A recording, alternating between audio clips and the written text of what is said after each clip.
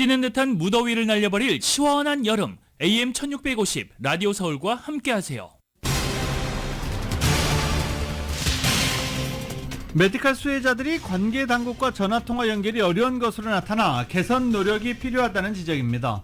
메디칼에 전화를 걸어도 사무실을 방문해도 최소 1시간 이상 대기가 기본입니다. LA 카운티가 저소득층의 일정 생활비를 지원하는 이 프로그램인 브리드의 수혜 대상을 보다 확대하기로 했습니다.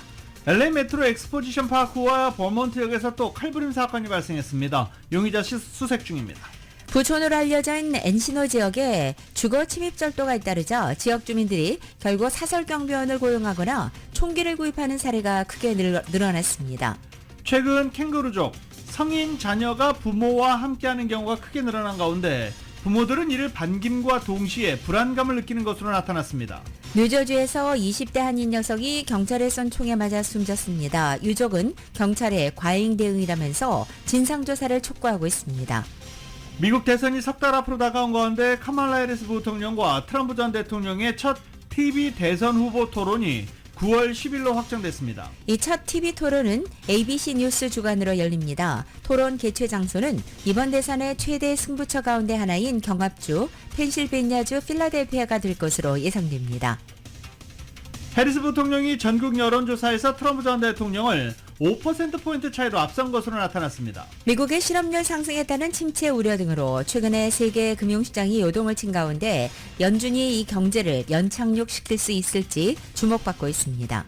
바이든 행정부는 이란이 이스라엘에 대한 보복 공격에 나설 경우 이란이 경제 부문 등에서 큰 대가를 치러야 할 것이라고 경고했습니다. 평소 거친 언행으로 유명한 일론 머스크 테슬라 CEO가 이번에는 영국을 뒤흔든 폭력 시위를 두고 영국 정부와 정면 충돌했습니다. 방송 장악 공방으로 한국 여야 대치가 극심한 국회 과학기술정보방송통신위원회에서는 공영방송 이사 선임 과정을 추궁하기 위한 청문회가 열렸습니다. 세 번째 최상병 특검법을 발의한 민주당이 제3자 추천 방식을 제안했던 국민의힘 한동훈 대표에게 이제는 자체 특검안을 내라며 거듭 압박했습니다. 파리올림픽 여자 태권도 57kg급에서 김유진 선수가 금메달을 목에 걸고 한국의 13번째 금메달을 안겼습니다. 남자 태권도 80kg에 나서고 있는 서건우 선수는 준결승에 진출했습니다. 이제 한 경기만 더 승리하면 메달권에 들어갑니다. 한국 대표팀은 금메달 13개로 역대 최다 금메달 기록과 동률을 기록했습니다. 남은 올림픽 기간 이를 넘어설지 관심이 모아집니다. 한국 대표팀은 금메달 13, 은메달 8, 동메달 7개로 종합순위 7위를 기록하고 있고 미국은 금메달 30개, 은메달 38개, 동메달 35개로 종합 1위 자리를 유지하고 있습니다. 하락 출발했던 뉴욕 증시 지금 상승장으로 돌아선 상태입니다. 원달러 환율은 1364.6원으로 마감했습니다. 남과 주호는 대체로 맑겠고 LA 한인타운의 낮 최고 기온은 85도로 예상됩니다. 이 시간 주요 뉴스는 하늘비 호텔, 세계 최대 항공기 아시아나항공 A380에서 차별화된 서비스를 만나보세요. 고국까지 편안하고 안전하게 모시는 아시아나항공 제공입니다. 여러분 안녕하십니까? 김윤정입니다. 안녕하십니까? 유지승입니다. 2024년 8월 9일 금요일 라디오 서울 모닝 뉴스 2부입니다.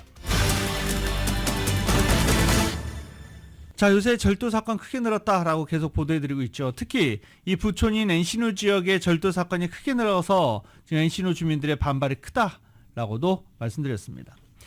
엔시노 주민들이 경찰과의 줌미팅도 하고 경찰과 면담도 하고 경찰에 계속 항의하면서 이 엔시노 타자나 지역에는 기마 경찰들이 투입되기도 했었습니다. 순찰도 대폭 강화됐습니다. 그럼에도 절도 사건은 또 벌어졌습니다. 그러자 결국 사설 경비 업체를 고용하거나 스스로 총기로 무장하는 주민들이 크게 늘었다고 합니다. 이 벨에어 같은 경우에는 사설 경비 업체를 고용해서 사설 경비원들이 절도범을 여러 차례 잡은 적이 있습니다.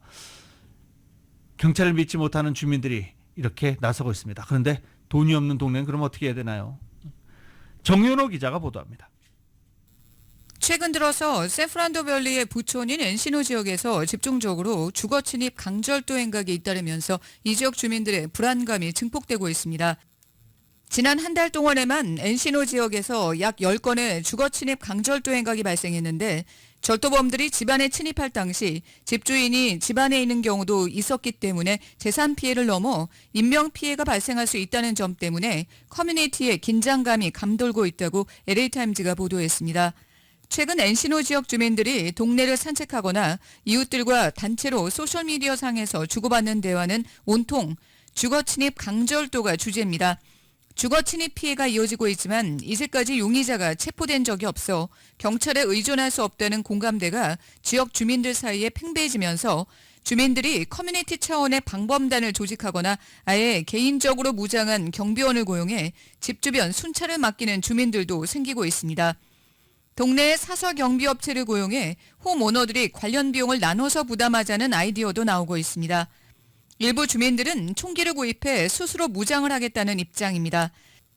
이제까지 엔시노에서 주민들이 신변 안전을 위해서 총기를 소지하겠다라는 이슈가 대두된 적이 없는데 지금은 지역 주민들이 강절도범에 맞서기 위해서 스스로 총기로 무장해야 한다라는 대화가 많이 이루어지고 있다는 것입니다. LA시에서 주거침입 강도 건수는 지난해보다 4%가 늘었는데 이와 비교해서 엔시노 지역에서는 유독 40%가 치솟았습니다. 이 지역을 관할하는 리디아 라만 시의원은 최근 엔시노에서 발생한 주거 침입 사건에 대해서 심각히 우려하고 있다며 대응책을 고심 중이다라고 밝혔습니다. LAPD는 최근 엔시노에서 순찰을 늘린 상태입니다. 라디오 서울 뉴스 정현호입니다.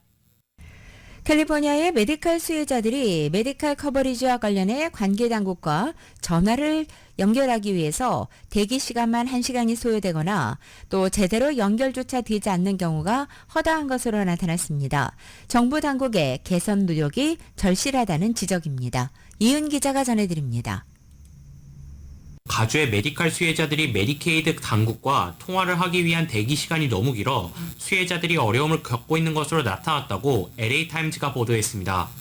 칠드런스 파트너십이 지난 7일 공개한 조사에 따르면 가주 내 10여 개의 카운티에서 메디칼 의료 혜택과 관련해 전화를 걸면 평균 55분의 대기 시간이 소요되는 것으로 나타났습니다. LA 카운티의 경우에는 400만 명의 주민들이 메디칼에 등록되어 있는데 전화통화로 관계자와 대화하기 위해서는 평균 1시간이 넘게 걸립니다. 이 같은 수치는 LA 카운티 당국이 공개한 통계보다 훨씬 더 긴 대기 시간이 소요되는 것을 보여주고 있습니다. 카운티 정부가 공개한 조사에서는 메디칼 통화 대기 시간은 43분으로 나타나 실제 상황과는 거리가 있는 것으로 드러났습니다. 컨 카운티와 프레즈노 카운티의 경우 LA 카운티와 비교해 통화 대기 시간이 더 심각한 상황으로 나타났습니다. 이들 카운티에서 메디케이드국과 통화 대기 시간은 1시간 반이 넘었습니다.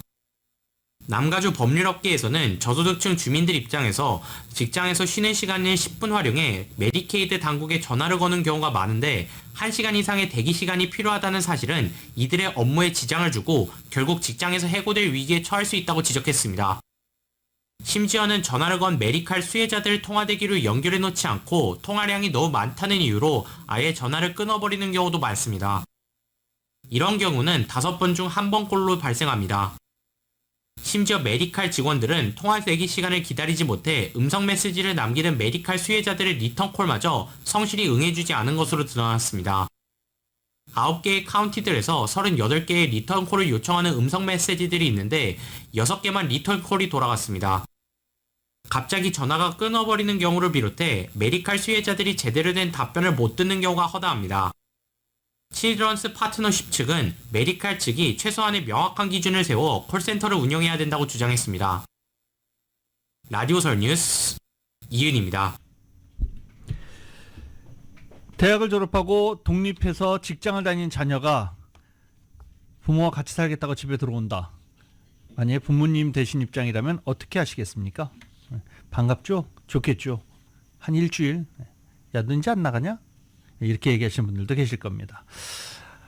다 큰 자녀가, 성인 자녀가 다시 집으로 돌아온다라고 했을 때 부모들은 기쁨과 동시에 걱정도 많은 것으로 나타났습니다. 보도국입니다. 20대 자녀를 둔 전국 부모 2,000명을 대상으로 실시된 여론조사에서 자녀들과 함께 시간을 많이 보낼 수 있게 된 점에 대해서 응답자 중 85%가 기쁘다고 답했지만 자녀들이 과연 언제 독립할 수 있을지에 대한 불안감을 동시에 호소하고 있는 것으로 나타났다고 뉴욕 포스트가 보도했습니다. 현재 20대 성인 자녀와 함께 살고 있는 부모 10명 중 4명은 당초 성인 자녀들이 독립했었는데 최근 다시 돌아왔다고 답했습니다. 58%는 자녀들이 독립한 적이 없고 항상 자녀와 함께한 집에서 살아왔다고 답했습니다. 자녀가 독립한 적이 있었다라고 답한 경우 자녀들이 부모 집을 떠났던 가장 큰 이유는 41%가 혼자 사는 경험을 하고 싶어서, 29%는 대학 진학 때문에, 그리고 26%는 파트너와 동거하기 위해서로 나타났습니다. 독립했던 자녀들이 다시 부모 품으로 돌아온 이유는 대부분은 경제적으로 독립할 형편이 되지 않아서인 것으로 나타났습니다. 44%가 독립할 형편이 안 되기 때문에 부모 집으로 돌아왔다고 답했고 42%는 저축을 하기 위해서 돌아왔다고 답했습니다. 응답자 45%는 성인 자녀가 부모 집으로 돌아온 후 부모와 자녀 간 관계가 좋아졌다고 답했지만 성인 자녀를 돌보는 것이 재정적으로 나이 든 자신들에게 상당한 짐이 되고 있다고 답했습니다.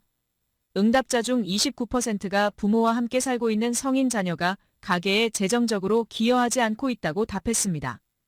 응답자 5분의 1은 성인 자녀가 부모 집으로 들어와 살면서 자신들의 은퇴 계획이나 재정적인 여건에 부정적인 영향을 미친다고 답했습니다. 응답자 중 절반 이상은 성인 자녀가 부모 품을 떠나 이사해 나갈 수 있을지를 걱정하고 있는 것으로 조사됐습니다. 응답자 30%는 현재 자녀들의 경제적인 여건인 자신들이 젊었을 때보다 훨씬 열악한 상황이라고 여기는 것으로 나타났습니다. 자녀의 경제적 자립을 위해 학부모들은 더 나은 취업 기회가 제공돼야 하고 재정관리에 대한 교육이 필요하다고 지적했습니다. 응답자 10명 중 9명이 자녀들이 고등학교를 마치기 전에 재정관리에 대한 수업을 받는 것이 중요하다고 지적했습니다. 라디오 서울 보도국 뉴스룸입니다. LA 카운티가 저소득층의 일정 생활비를 지원하는 보장소득 프로그램인 브리드의 수혜 대상을 보다 확대하기로 했습니다. 이외 로컬 소식 보도국 연결합니다. LA 카운티가 저소득층의 일정 생활비를 지원하는 보장소득 프로그램인 브리드의 수혜 대상을 확대하기로 했습니다. LA 카운티는 브리드 프로그램을 통해 지난 3년 동안 1000명의 카운티 주민들에게 월 $1000의 생활비를 지원해왔는데 앞으로 수혜 대상을 확대해 2000명 이상 주민에게 생활비를 지원할 계획입니다.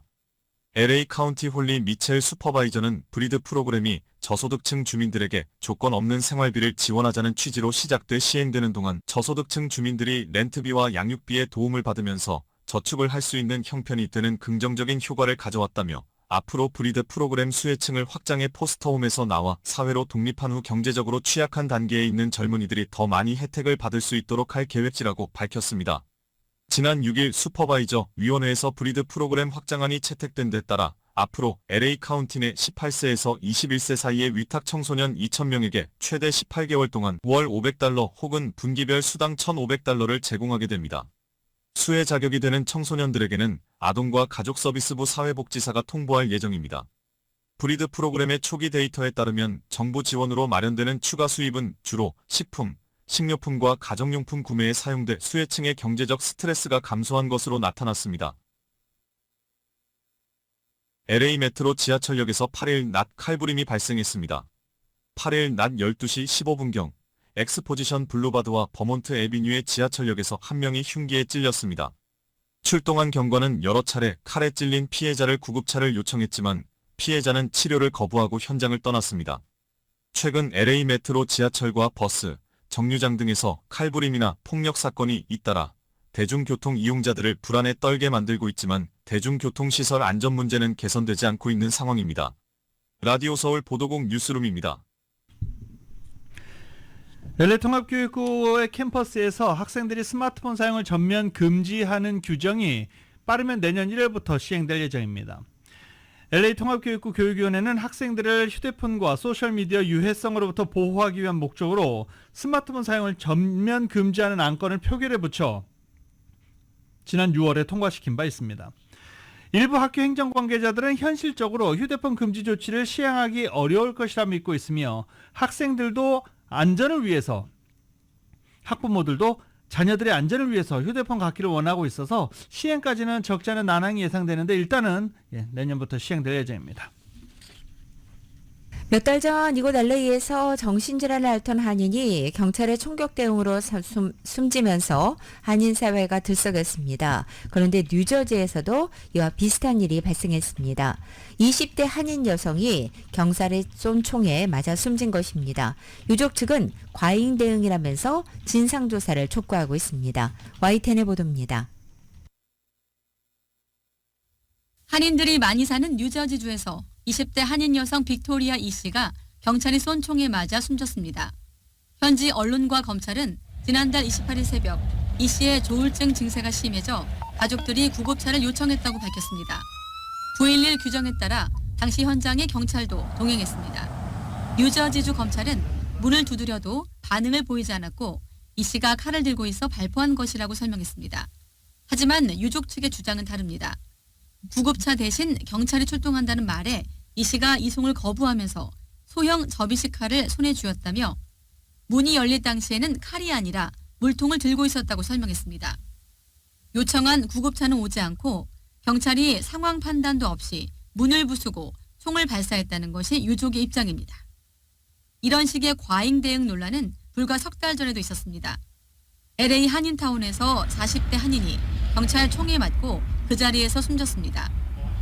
이때도 정신치료시설로 이송을 시도하는 과정에서 경찰이 출동을 했고 총격으로 대응해 논란이 거셌습니다.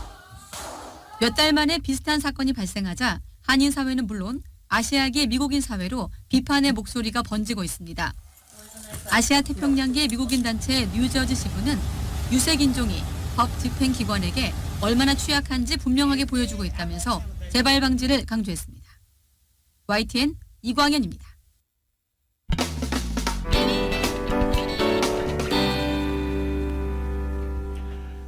민주당과 공화당의 대선 후보인 해리스 부통령과 트럼프 전 대통령이 대선 승패를 좌우하는 7개 경합주에서 오차 범위내 초접전을 벌이고 있다는 여론조사 결과가 나왔습니다. 입소스가 발표한 조사 결과에 따르면 경합주 7곳의 등록 유권자를 대상으로 한 설문에서 해리스 부통령 50%, 트럼프 전 대통령은 48%의 지지율을 보였습니다. 이 조사는 지난 7월 31일부터 8월 7일까지 애리조나주, 조지아주, 미시건, 네바다, 노스캐롤라이나, 펜실베니아, 위스콘신 이렇게 경합주 7주에서 상임 표본 2,045명을 대상으로 이루어졌으며 표본 오차 범위는 95% 신뢰 수준에서 플러스 마이너스 3.1%포인트입니다. 이번 조사에서 두 대선 후보 지지율 차이는 2%포인트에 불과해 오차 범위 내 접전이 벌어지고 있음을 보여줬습니다. 무소속 후보인 케네디 주니어를 포함한 다자 대결 구도에서는 42%가 해리스 부통령을, 40%가 트럼프 전 대통령을 꼽았습니다.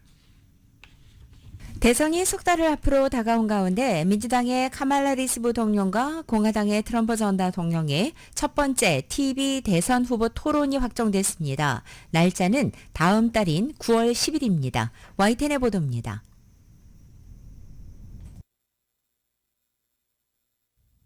며칠간 공식 활동이 뜸했던 도널드 트럼프 전 대통령. 플로리다 마럴라고 자택에서 연 기자회견에서 해리스 부통령에게 TV 토론을 다음 달에 3번 하자고 제안했습니다. 9월 4일 폭스뉴스, 9월 10일 ABC 뉴스, 9월 25일 MBC 뉴스에서 맞붙자는 겁니다. We have spoken to the heads of the network and it's all been confirmed other than some fairly minor details. 이 가운데 9월 10일 ABC 뉴스에서 하는 것만 확정됐습니다. ABC 뉴스는 소셜 네트워크 X에 이 사실을 알리면서 해리스 부통령과 트럼프 전 대통령 둘 다 토론에 참여하겠다는 뜻을 확인했다고 밝혔습니다.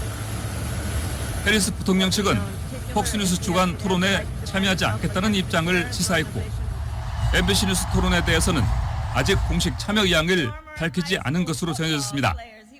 트럼프 전 대통령은 회견에서 김정은 북한 국무위원장만은 푸틴이나 시진핑과 다르다며 친밀감을 드러내기도 했습니다. Russia doesn't respect us anymore. China doesn't respect us anymore. North Korea, Kim Jong-un liked me a lot. He doesn't like this group. 그는 또 미국 중앙은행인 연방준비제도의 기준금리 결정과 관련해서 대통령이 발언권을 가져야 한다는 주장도 했습니다. YTN 황보선입니다.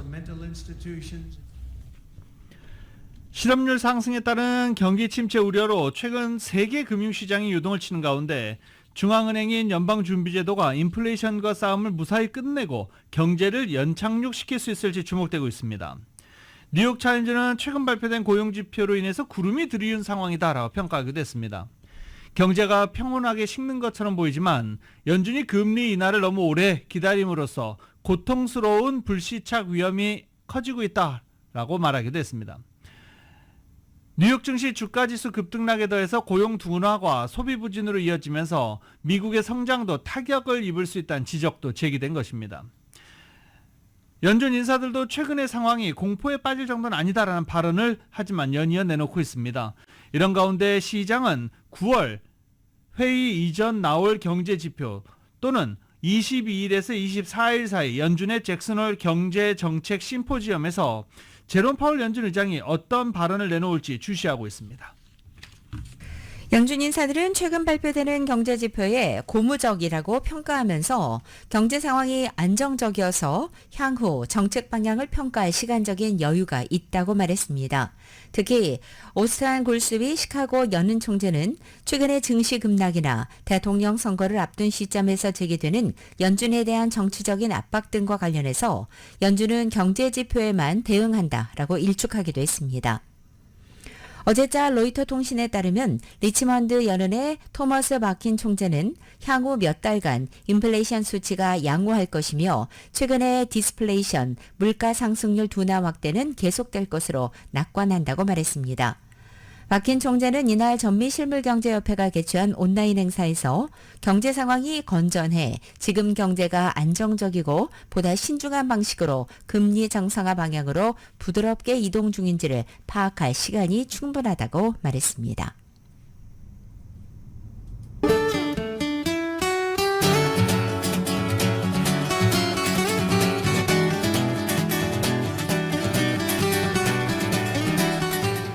(8월 9일) 금요일 남가주의 날씨입니다. 주말을 하루 앞둔 오늘 남가주 지역 낮 기온 어제보다 1도에서 4도가량 높아집니다.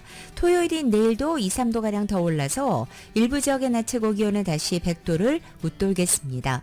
다음 날 일요일까지도 비슷한 기온을 유지하겠고 다음 주 초반의 월요일부터는 점차 기온이 떨어질 것으로 보입니다.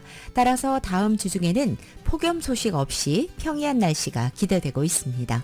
LA 한인타운의 오늘 낮 최고 기온 85도, 밤 최저 기온은 64도, 오렌지 카운티 지역 87도, 66도, 밸리와 일랜드 엠파이어 지역은 99도, 67도, 해안 지역은 76도, 65도 예상됩니다.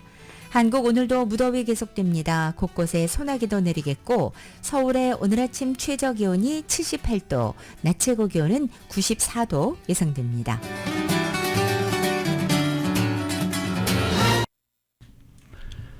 미국은 이란이 이스라엘에 대한 보복 공격에 나설 경우 이란이 경제 부문 등에서 큰 대가를 치러야 할 것이라고 경고했습니다. 바이든 행정부 고위 당국자는 이란이 이스라엘을 공격할 경우 이란이 마주할 결과가 상당히 클 것이라고 밝힌 것입니다. 고위 당국자는 이란의 경제도 타격을 입을 것이라며 이란이 나아갈 수 있는 더 나은 길이 있다라고 말하기도 했습니다.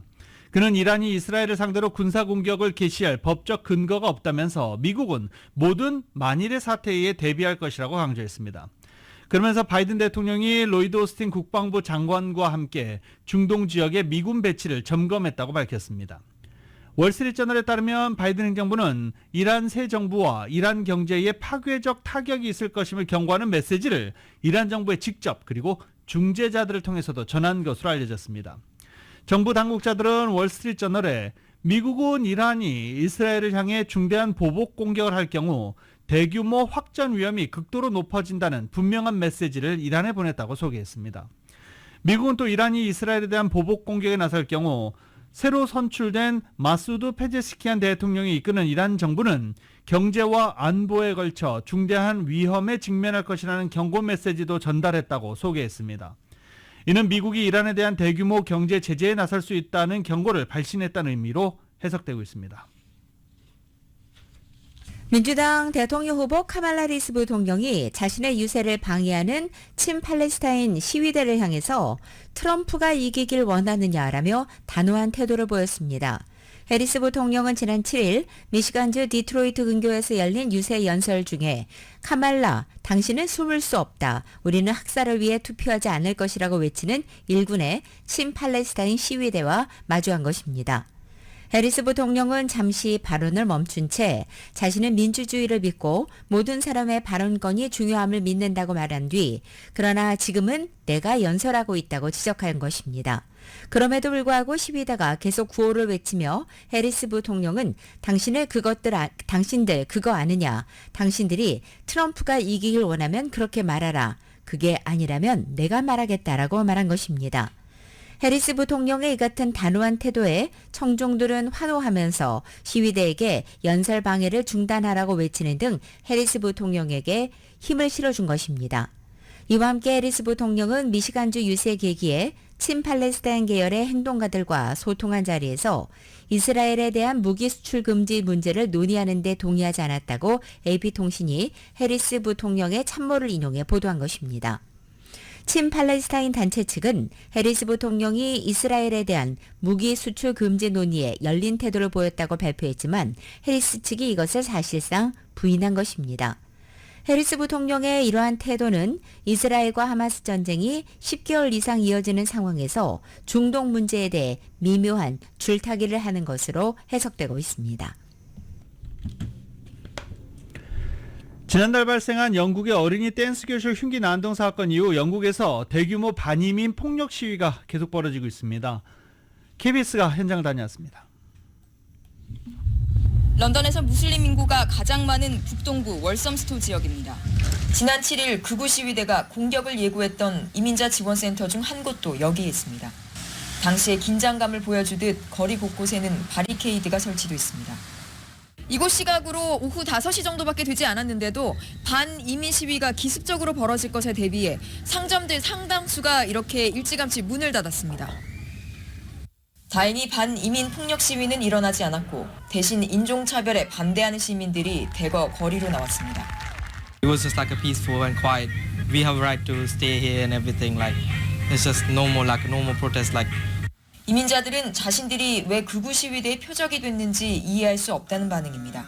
It's disappointing, I think, to see that people in our country haven't, moved on from their old mindset that these immigrants are taking our jobs, as they say. 물론 반이민 시위에 찬성하는 목소리도 있습니다. They are housed in hotels. They are given money. I hear people talk about white privilege. I'm like, where is this privilege? 일단 시위는 주춤한 상황입니다. 경찰이 500명 가까운 폭력 시위 가담자를 체포하는 등 강경 대응에 나선 영향입니다. 다만 반이민 감정이 언제든 다시 시위를 촉발시킬 수 있어 키어 스타머 총리의 정치력이 취임 한 달 만에 시험대에 올랐습니다. 런던에서 KBS 뉴스 안다영입니다. 삼성전자가 북미 지역에서 판매된 전기레인지 손잡이 문제와 관련해 소비자 안전을 위해서 추가 잠금 장치와 커버를 제공하기로 했다고 오늘 아침 발표했습니다. 미국 소비자제품안전위원회 CPSC에 따르면 삼성전자는 2013년 5월부터 최근까지 판매된 슬라이드인 타입의 전기레인지 30개 모델 112만 대를 대상으로 리콜에 착수했습니다.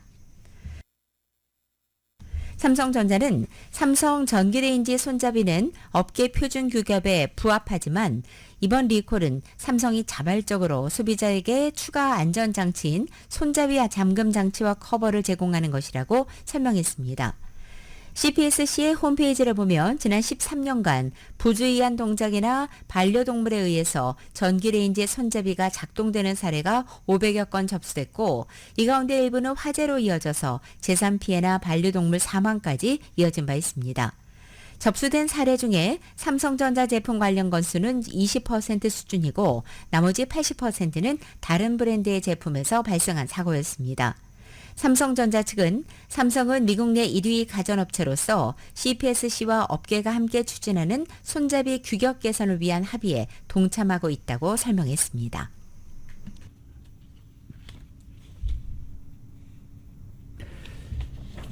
테일러 스위프트 에라스 콘서트 에라스 투어라고 하죠. 아직도 계속 하고 있어요. 에라스 투어는 캐나다에서 이제 올 연말에 마무리가 될 예정인데 유럽도 돕니다.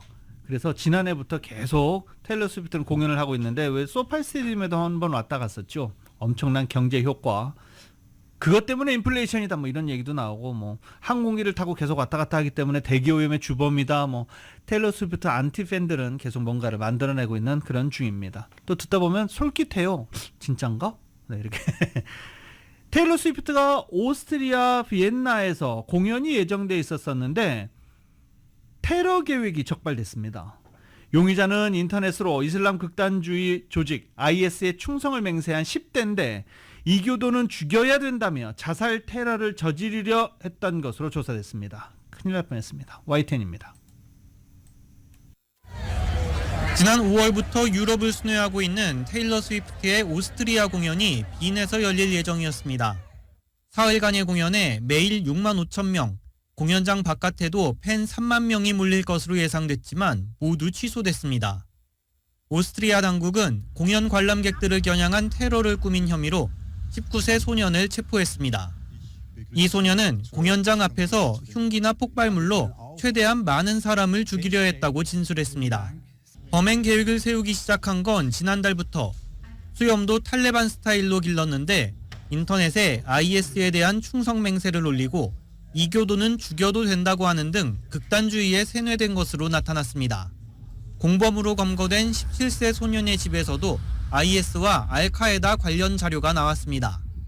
지난해 10월 이후 벌어진 IS 관련 테러 27건의 범인 58명 가운데 38명이 10대였다는 연구 결과도 있습니다.